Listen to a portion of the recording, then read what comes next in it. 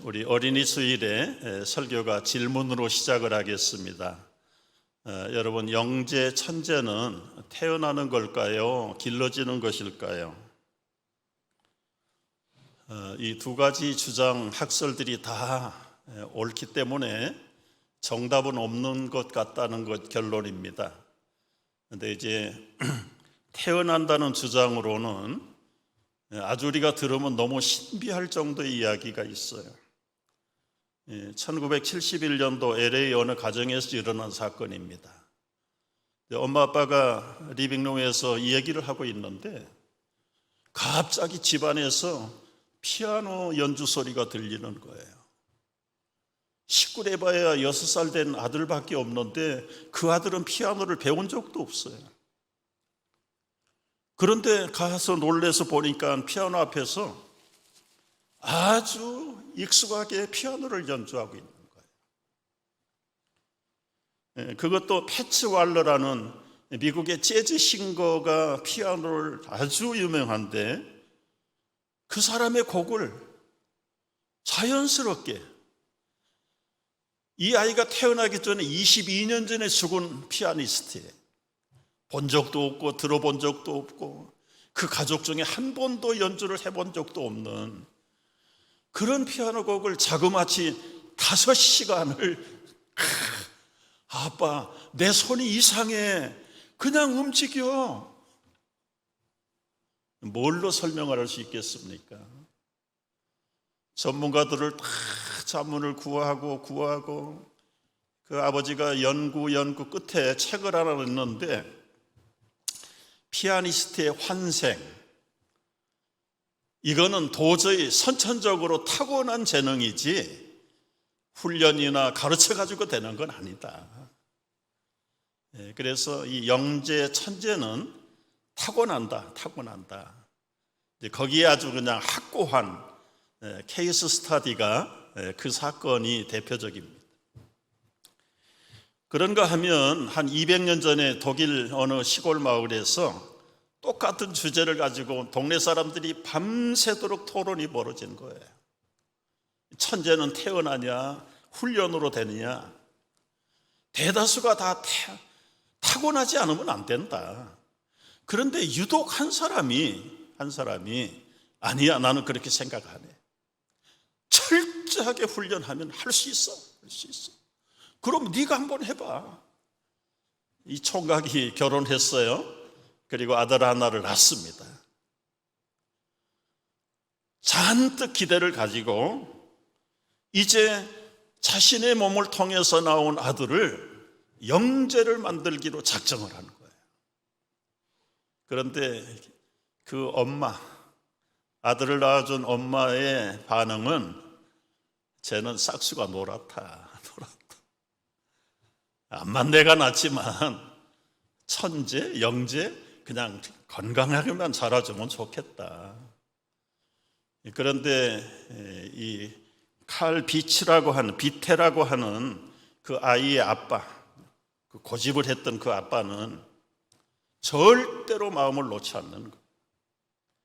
아주 철저하게 그 아이 속에 있는 가능성들을 최대한 연구하고 개발을 시켜가지고 말부터 훈련시키는데 독일어는 모국어니까 당연히 할 수밖에 없지요.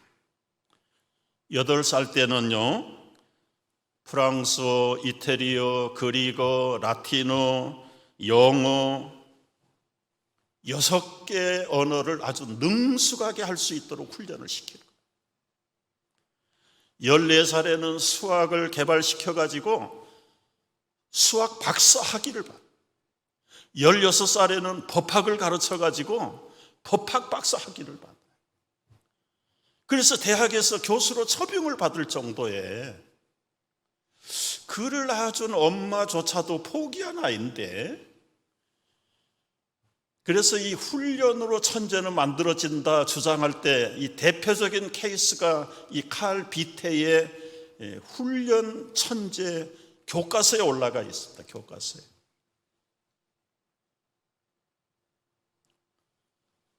여러분 자녀들은 어느 쪽에 속하십니까?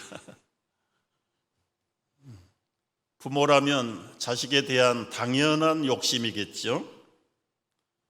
머리가 영리하고 공부면 공부, 예체능이면 예체능, 어디를 가든 엄마 나 1등 먹었어.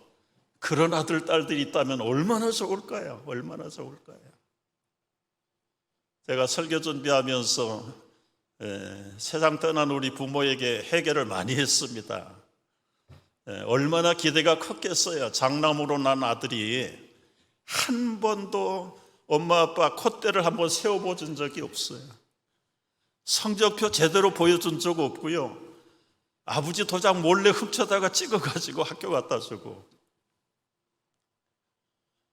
어른이 돼서 생각을 해보니까 이야, 우리 엄마 아빠 얼마나 섭섭했을까. 그래도 불행 중에 다행으로 아우들이 내려가면서부터 1등 특등을 해가지고 맏형이 맏아들이 채워주지 못한 우리 부모들의 프라우드를 한번 세워준 적이 많이.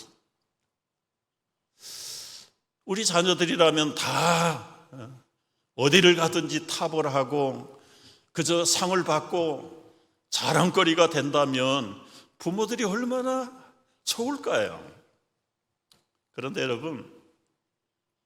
여러분의 자녀가 영재나 천재가 되지 않는 것에 감사하셔야 돼요. 이 교육의학자들 연구를 보면은요, 이 천재 영재들은 하나같이 신경계통의 비정상화를 앓고 있는 분들이다. 여러분, 노벨 문학상을 받은 어네스트 해밍웨이, 천재 문학가입니다. 현대 미술을 했던 웬디 워홀, 그 유명한 핸델, 그리고 유명한 음악가 프로이드 구스타프 말러, 모차르트, 베토벤, 빈센트 고호, 다 천재 예술가들이에요. 그런데 그들은 우리가 볼 때는 지극히 비정상입니다.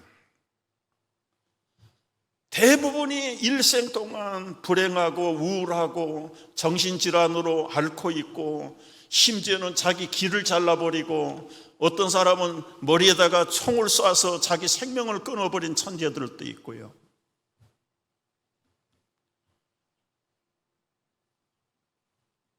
여러분의 자녀들이 천재가 아닌 것을 오히려 더 감사해야. 아멘 하는 사람이 있을 만한데 없네. 그래서 하나님이 맡겨주신 자녀들, 그러면 우리가 어떻게 양육을 해야 될까? 오늘 잠언 22장 6절이 있어요. 자녀들에게 마땅히 행할 것을 가르치라. 그리하면 늙어도 속썩이지 아니하고 떠나지 않는다.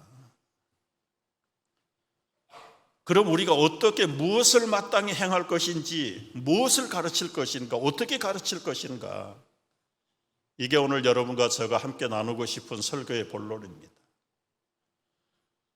여러분, 우리의 모든 문제 해답은 예수님밖에 없어요.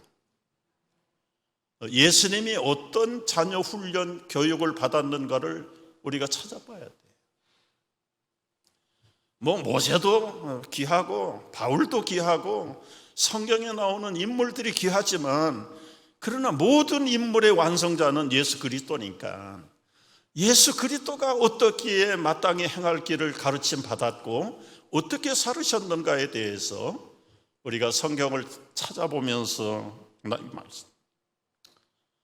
여러분, 예수님의 어린 시절의 교육 방법에 대해서 우리가 본론을 건드리기 전에 가장 먼저 중요한 것은 부모가 먼저 순종의 학교에 입학을 해야 돼요. 예수님의 육신의 부모는 마리아와 요셉입니다. 저들이 예수의 부모가 되기 전에 처녀 마리아였을 때 이미 마리아가 어떤 마음밭을 준비하고 있었는가를 봐야 돼요. 아무리 좋은 씨앗을 밭에 뿌려도 그 밭이 좋지 못하면 그 씨앗이 별로 효과가 없습니다. 거룩한 메시아의 씨앗을 처녀 마리아에게 심기 전에 마리아는 어떤 사람이었는가? 가브리엘이 나타나서 네가 잉태하여 아기를 낳겠다, 아들을 낳겠다, 느닷없이 선포했어요. 그때 마리아의 반응을 여러분 기억하시죠? 내가 사내를 알지 못하는데 어떻게 그런 일이 있을 수 있겠습니까? 한마디로 노야, 노. 의도를 모르니까 순종을 못한 거지요. 어떻게 이런 일이 일어날 수 있습니까? 아니요. 그때 천사가 누가복음 1장 35절에서 이렇게 말씀을 하세요. 성령이 내게 임하시고 지극히 높으신 이의 능력이 너를 덮으시리니 대저 하나님의 모든 말씀은 능치 못함이 없다. 여기에 대한 엄마가 되기 전에 처녀 마리아의 반응을 보십시오. 1장 35절이에요. 조금 전에는 노 했는데 마리아가 이르되 주의 여종이오니 말씀대로 내게 이루어지이다. 여러분이 말씀대로 이 처녀가 임신모가 되기를 원합니다. 그 말 속에는 여러분 율법으로는 돌로 쳐 죽여야 됩니다. 처녀가 아기를 가지면 돌로 쳐 죽여야 돼요. 자기 결혼을 약속한 남편 요셉으로부터 버림받아야 됩니다. 그걸 각오하고 돌에 맞아 죽을지라도 요셉에게 버림을 받을지라도 하나님의 말씀이 그렇다면 나는 그대로 되기를 원합니다. 이 100% 순종입니다. 100%. 마리아가 엄마가 되기 전에 벌써 자신이 철저하게 하나님의 말씀 앞에 뜻 앞에 순종하는 마음의 밭을 준비했어요.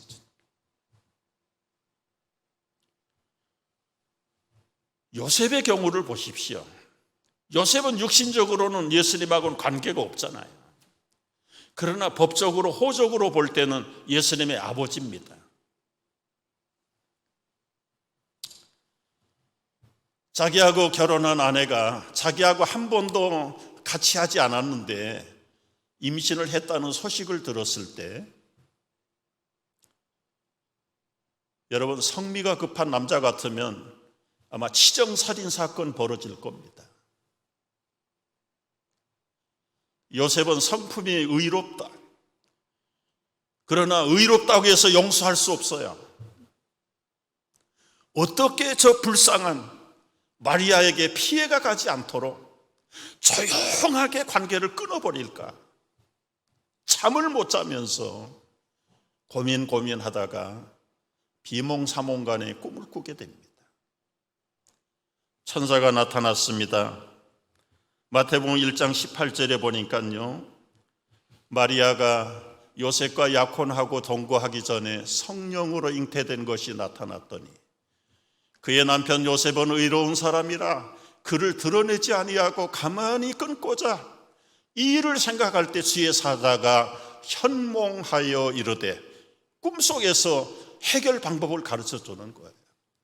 다윗의 자손 요셉아, 네 아내 마리아 데려오기를 무서워하지 말라. 그에게 잉태된 자는 성령으로 된 것이니라. 이 선사의 가르침 속에 요셉은 즉각 순종해요. 24절 보세요. 요셉이 잠에서 깨어 일어나 주의 사자의 분부대로 행하여 그의 아내를 데려왔으나 아들을 낳기까지 동침하지 아니하더니 나음의 이름을 예수라 하니라. 여러분이 마리아와 요셉 철저한 순종의 사람들이. 그들을 생각하면 이런 격언이 떠올라요. 문제아는 없다. 문제의 부모가 있을 뿐이지. 왜 저 자식이 저 딸이 그래? 그렇게 말하기 전에 여러분, 문제의 아들, 딸, 문제의 자식이 있기 전에 문제의 부모가 문제란 말이에요. 그래서 이제라도 우리 엄마 아빠의 마음 자세를 철저하게 말씀의 순종의 밭으로 바꿔야 돼. 그러면 여러분이 먼저 알고, 두 번째는 여러분의 자녀들이 우리 엄마 아빠 좀 진짜 달라졌다, 그걸 알게 되면 그때부터 문제가 풀리는 겁니다. 이따가 결론 부분에 가서 여러분 변명할 수 없는 제가 영상을 보여드릴 겁니다. 두 번째는 부모가 먼저 말씀 신앙의 모범자가 돼야 돼요.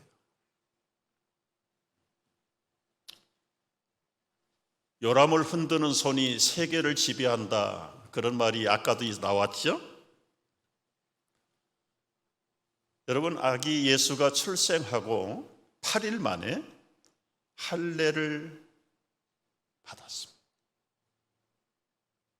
40일이 되었을 때는 나사렛 동네에서 예루살렘 성전까지 정결 의식을 하러 갔어요. 아들을 낳으면 40일 있다가 정결을 하고 딸을 낳으면 80일 있다가 정결 의식을 하는 게 율법입니다.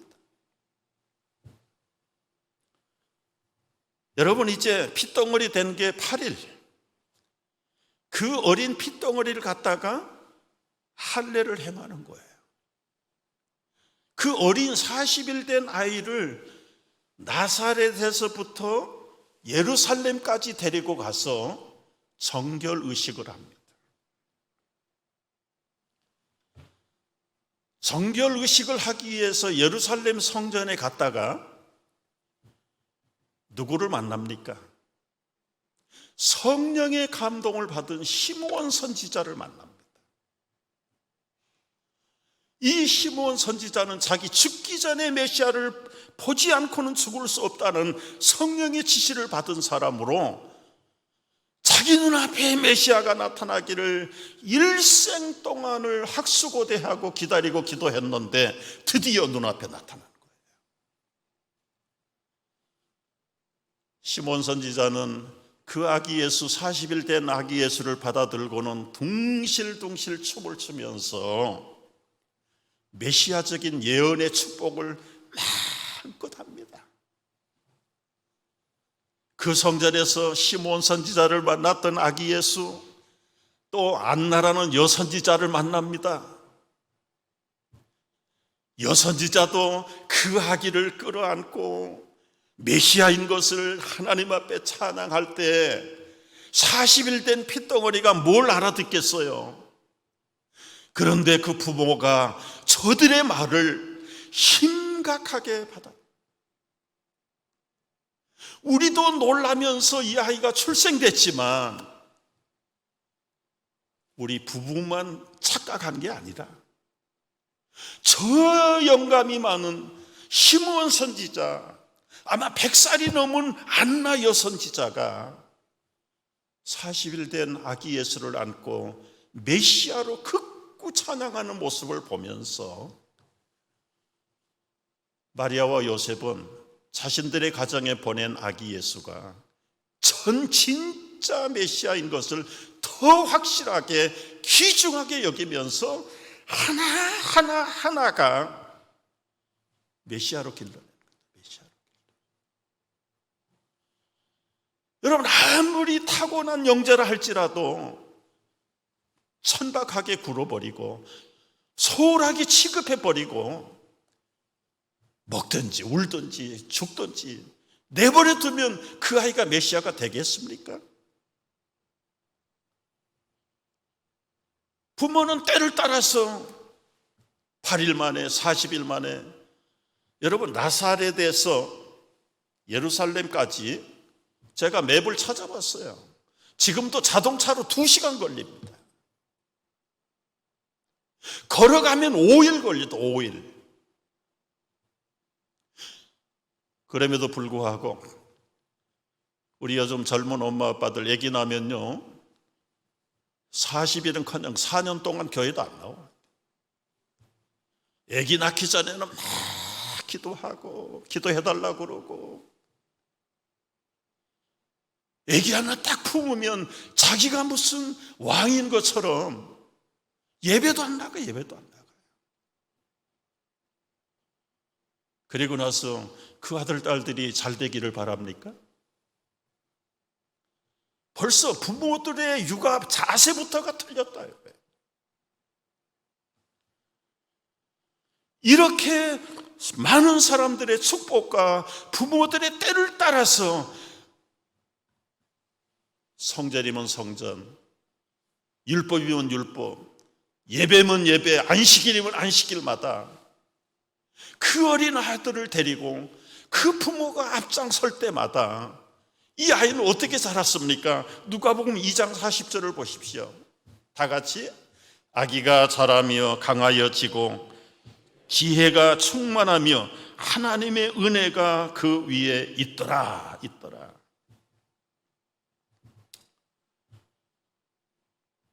마땅히 행할 길이 무엇입니까? 아이들 인류로 키우는 것이 마땅할 일이 아닙니다. 하나님 앞에서 부모가 믿음으로 최선의 길을 보여주고 그 아이와 동행하고 함께 하는 것이 마땅히 행할 길을 아이들에게 가르치는 것입니다. 세 번째는요, 어린 예수는 회당 예배와 교육과 절기 훈련을 철저하게 참여했어요. 여러분, 유대인들은 관례적으로 10가정이 모이면 회당을 만듭니다. 그게 유대인들의 관습이에요. 분명히 나사렛 동네에서 태어난 예수님 어릴 때는 그 동네 회당이 있어요. 안식일마다 회당 예배에 갑니다. 그리고 거기서 랍비들도 있고 회당장 지도자도 있고 설교도 듣고 성경도 배우고, 아마 어린 소년 예수님이 그 회당장하고 계속 질문했을 거예요. 질문했는데 집에 올 때마다 얼굴 표정을 보면 기쁜 표정이 아니에요. 성경에는 없는데 제가 유추를 해보는 거예요. 예수야, 너 회당 갔다 온 얼굴 표정이 왜 그래? 뭐 안 좋아? 엄마, 회당장이 제가 질문했는데 잘 몰라. 설명해 주는데 이해가 안 돼. 내가 질문하면 대답을 못 해. 성경에 없는 얘기입니다. 그러나 가능성이 있어요. 12살 때 유월절 잔치를 지키려고 예루살렘 대성전에 갔어요. 그때 예수님도 부모님이 데리고 갔어요. 일주일 동안, 여러분, 일주일 동안 유월절을 지키는 겁니다. 예루살렘에 가서. 우리말로 번역하면 우리 온 가족이 썸머 바이블 캠프를 간 거예요. 리트릿을 한 거예요. 수양에 간 거예요. 수양에 가서 일주일 동안 말씀 배우고 찬미하고 하나님을 높이고, 때로는 개인적으로 만나서 디스커션하고, 그리고 일주일 캠프가 다 끝났어요. 이제 나사렛 동네로 다 걸어서 3일을 가다가, 아까 5일 걸린다고 그랬죠? 3일을 가다가 예수가 안 보이는 거예요. 주로 이제 어른들은 어른들하고 아이들은 아이들끼리 해가지고 고향으로 돌아가는데 아이들 틈에 있겠지 하고 생각만 하고는 챙기지 않았는데 3일째 챙겨보니까 어린 예수가 없는 거예요. 그때서야 혼비백산이 돼가지고 예수님의 부모들이 왔던 길을 되돌아가면서 다 찾아보는 거예요. 결국은 예루살렘 성전 안에까지 들어가 보니까 뭐라고 있었습니까? 누가복음 46절, 2장 46절 다 같이 사흘 후에 성전에서 만난 즉 그가 선생들 중에 앉으사 그들에게 듣기도 하시며 묻기도 하시니 듣는 자가 다 그의 지혜와 대답을 놀랍게 여기더라.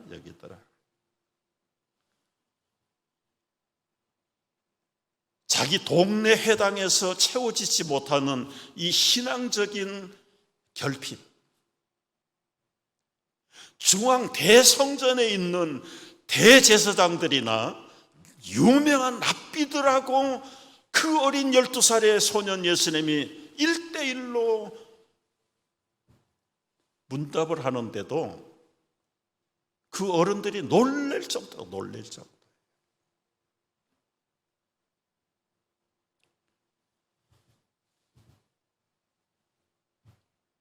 여러분, 교회 우리 목사님들, 전도사님들, 담임 선생님들 굉장히 중요한 위치예요. 때로는 가정에서 해결하지 못한 것들을 교회에 끌어안고 오는 아이들에게 여러분들이 충분히 그들에게 영적으로나 지적으로나 신앙적으로 채워줄 수 있는 우리 교사들을 또 우리 목회자들 돼야 될 줄로 믿습니다.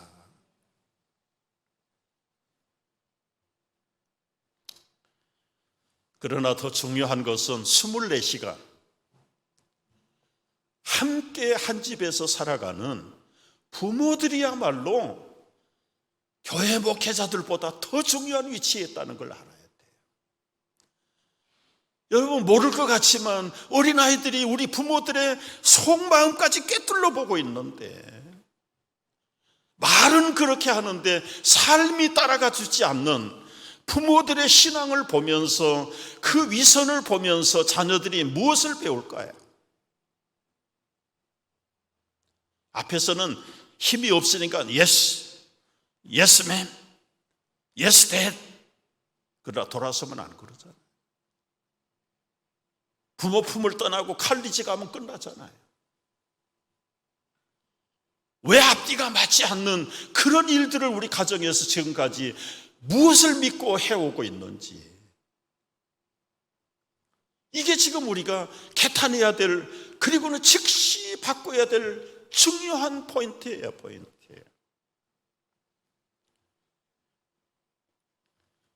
지난 주일날 여러분 CC토크를 보셨는지 모르겠습니다. 사전에 인포메이션을 잘 드리지 못해서 아마 기대를 가지 않은 분들은 별로 관심 있게 보지 못했을 겁니다.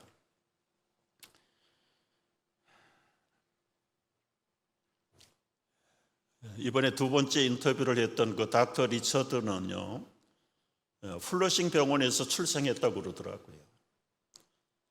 우리 이민 가정에 이민 왔죠. 그래서 그 부모가 플러싱에서 만들어서 난 아들이에요. 뉴욕 장로교회 장로님 아들입니다. 아버지는 번번이 사업에 여러 번 실패를 하고 재정적으로 빚만 잔뜩 짊어졌어요. 심지어 아들이 스타이븐슨을 졸업했는데도 돈이 없어서 대학을 못 가는 거예요. 그래서 맨하탄에 가서 사업을 해. 여러분, 스타이븐슨 같으면 우리말로 옛날 경기고등학교 출신입니다.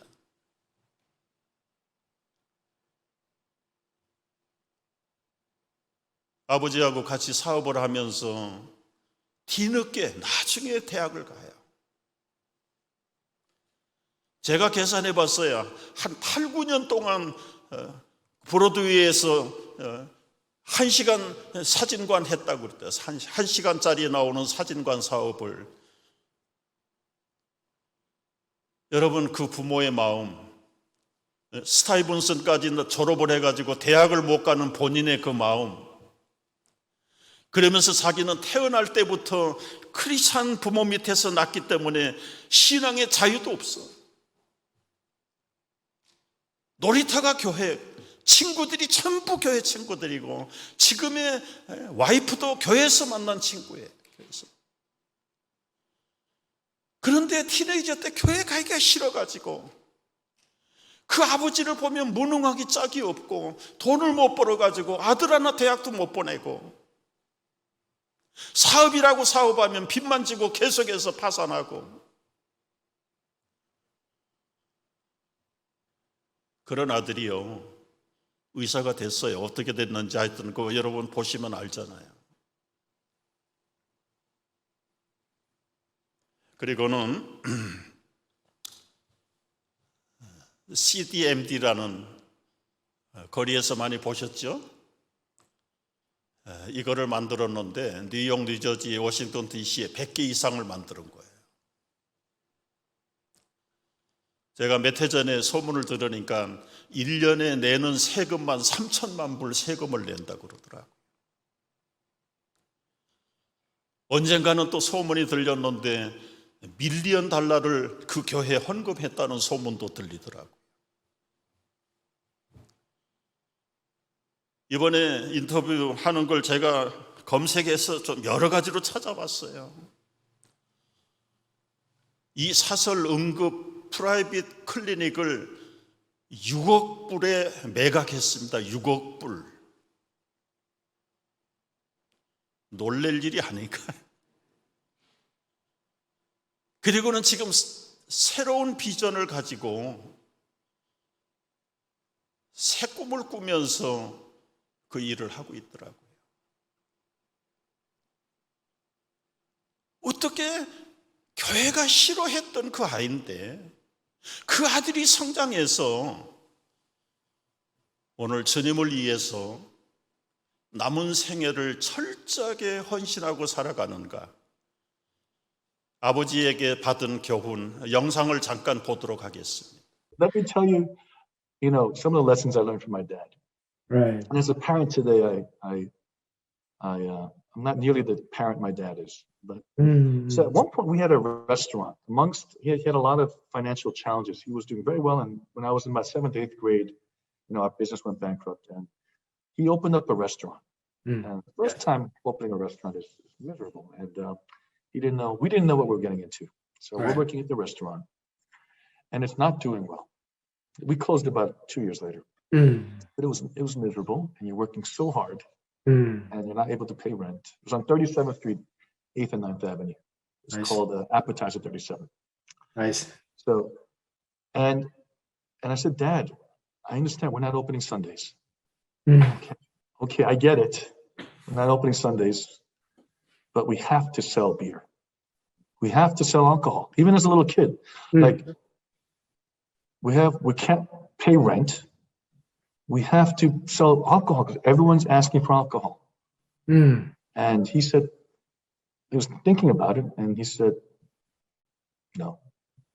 Oh. No. Because as a parent, I have to imagine he was thinking, if I sell alcohol, and let's say we do better, and you can pay rent, and we survive, and you get to go to college all those years later, I'll lose my son. Nice. Compromise. I will come, and my son will know. He might eat. I may pay rent, but I will not be able to teach my child that God is more important than money. Wow. You can't trust God. So lesson number 1, and I was so angry at the church. I was so angry, like, okay. Second lesson. I remember I didn't want to go to church.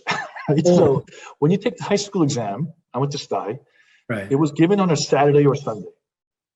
One day, you could pick one day to take the exam. Yes. And because I wanted to miss one Sunday, just one Sunday, I want a day off, right? So I picked Sunday to take the exam. I see. Right. And so at that time, for my dad and us, Stuyvesant was a big deal. Like you had to go to I never went to Harvard, but Right. you had to go to Stuyvesant, had to take the exam. And I told Dad, I couldn't help. I was given no choice. The exam's on Sunday. And he said to me, you're not going to Stuyvesant. Oh, You're just not taking the exam. wow. He was. So he was serious. And maybe like I could say it was legalistic and all that, but no, I think in retrospect, so to this day, like I've taken one Sunday off for vacation, like kind of overnight with my kids. And Mm. I know it's silly, it's irrational, but I can't do that. Me and my wife, we said we will never take a vacation over Sunday again. Ah, It's irrational, but it comes from my experience with my dad and those lessons when I was, I don't know, more than 30 years ago. right. To this day, linger with me. So Mm. yeah, I think that's what culture is. That's what it lasts to your grandkids, Amazing. great grandchildren that he'll never even see. It's gonna come down, and they're gonna feel the effects of that. 나머지는 여러분 집에 가서 자녀들하고 같이 다시 한번 보십시오. 타협 없는 부모, 돈 몇 푼 벌겠다고 신앙 양심을 속이고 주일날 스타이븐슨 못 가면 못 갔지 가서 시험 칠 수 없다. 너 스타이븐슨 가지 마.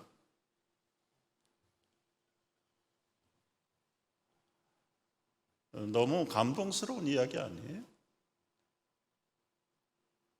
절대적인 하나님 중심, 교회 중심. 여러분 자기 아들 때에도 이제 주일날 여행 안 갈 거라고, 자기 손자 때에도 안 갈 거라고, 자기 가정의 가풍이 돼버릴 거라고. 이게 문화 아닙니까? 이게 기독교인들의 가치가 아니에요? 세상 따라 살면서 믿음을 지키겠다고요? 아이들이 웃어요. 아이들이 결국은 부모들 순종 안 해요. 하나님께도 멀어져 버려요. 어릴 때 공든 탑이 헛수고입니다. 헛수고예요. 오히려 이선자밖에 남는 게 없어요. 부모들은요. 우리가 이제라도 마땅히 행할 길을 우리 자녀들에게 바로 가르치고 삶을 통해서 신앙 고백을 통해서 정말 작은 하나님이 되어서 우리와 우리의 가정과 자녀들을 다시 회복시키는 우리 귀한 교우들 모두가 되기를 주의 이름으로 축복합니다. 기도하겠습니다.